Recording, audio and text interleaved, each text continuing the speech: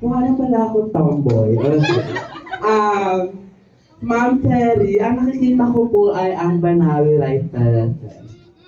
Opo, ang Manawi Rice Terraces. Yes, so Ma'am Geraldine. Ano po, kulay green, at saka may tubig sa ilog.